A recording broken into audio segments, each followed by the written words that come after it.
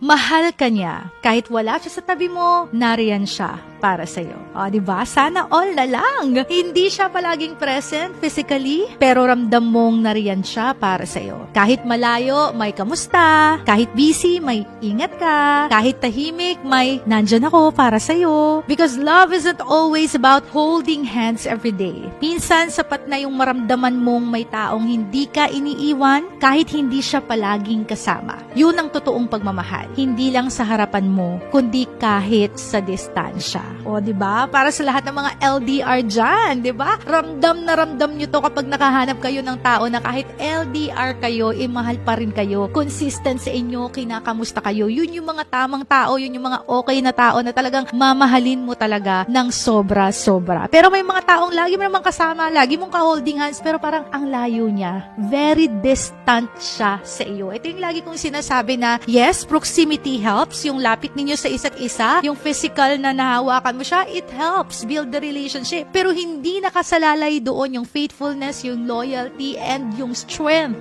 yung lakas at tatag ng relasyon ninyo. Kasi minsan, yung katatagan ng relasyon ninyo ay wala sa lapit ninyo sa isa't isa, kundi doon sa effort, sa tiwala, at sa consistent na pagpaparamdam mo sa tao na yon na mahal mo siya. So, sa lahat ng mga malalayo sa isa't isa, hindi ibig sabihin nun hindi magpo-prosper yung relasyon na meron kayo. You just need to double the effort. At hindi mahirap magdoble ng effort para sa mga taong mahal mo talaga. Kasi kapag mahal natin yung isang tao, we're willing to take risks, we're willing to go extra mile, we're willing to double the effort because no other reason, dahil mahal mo siya.